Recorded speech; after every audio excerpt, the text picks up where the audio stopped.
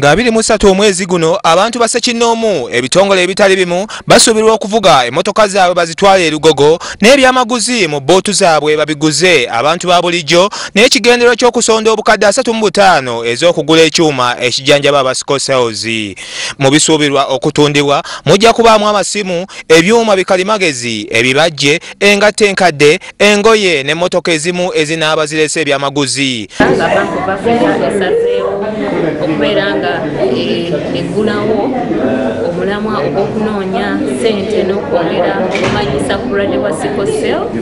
Abaana emitwalo 3,300 be bazaalibwa n'obulwadde bwa sickle mu Uganda era nga bangi bafa tebannaweza myaka 5. Tulina public private partnership tusobola kwegatta ku banks n'abalala bonna batwegatteko kulaba nga obulwadde buno tubujanjaba.